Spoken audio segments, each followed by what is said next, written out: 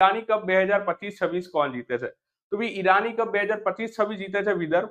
કોને હરાવીને? Rest of ઇન્ડિયાને હરાવીને. ચલો ઠીક છે.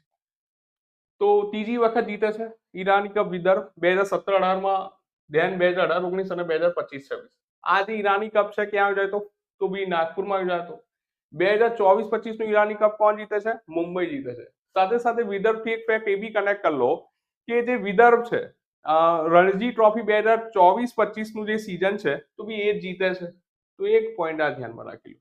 દેન સવાલ બની United Nation troops contributing conclave 2025 ક્યાં યોજાય? તો ભાઈ United Nation troops contributing countries chief નું જે કોન્ક્લેવ છે નવી દિલ્હી ખાતે યોજાય. ઓકે.